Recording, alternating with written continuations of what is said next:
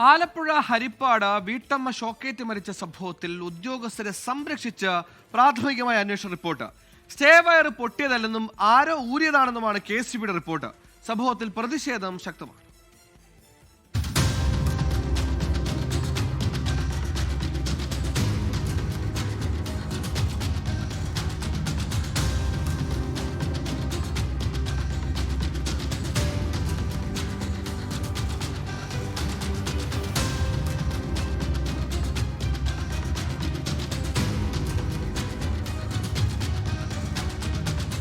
പള്ളിപ്പാട് സ്വദേശി 64-കാരി സരള ഷോക്കേറ്റ് മരിച്ചതിൽ KCBക്ക് വീഴ്ചയില്ലെന്നാണ് പ്രാഥമിക അന്വേഷണ റിപ്പോർട്ട്. സ്റ്റേവെയർ പൊട്ടി വീണിട്ടും ഇടപെട്ടില്ലെന്ന നാട്ടുകാരുടെ പരാതി KCB തള്ളി. സ്റ്റേവെയർ ആരോ മനഃപൂർവ്വം ഊരിവിട്ടെന്നാണ് വിശദീകരണം.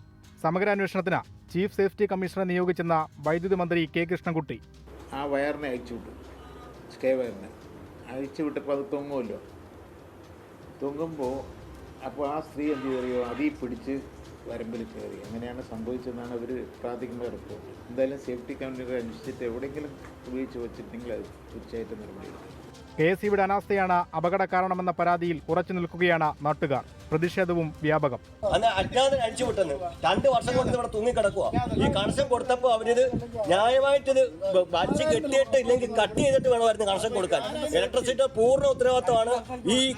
ഈ മരണത്തിന് കാരണം ഇലക്ട്രിസിറ്റിയുടെ ഒറ്റ കുഴപ്പം കൊണ്ട് പറ്റിയതാണ്. സരളയ്ക്കൊപ്പം പരിക്കേറ്റിരുന്ന ശ്രീലതയുടെ ആരോഗ്യനില മെച്ചപ്പെട്ടു. ശ്രീലതയെ രക്ഷിക്കുന്നതിനിടെയായിരുന്നു സരളയ്ക്കും ഷോക്കേറ്റത്. 24 ആലപ്പുഴ. ലോകത്തെവിടെയായാലും ഏത് സമയത്തും 24 വാർത്തകളും ഓഗ്മെന്റഡ് റിയാലിറ്റി പാക്കേജുകളും എക്സ്പ്ലെയിനറുകളും വിശദമായി കാണാൻ ഞങ്ങളുടെ YouTube ചാനൽ നിങ്ങൾക്ക് സബ്സ്ക്രൈബ് ചെയ്യാം.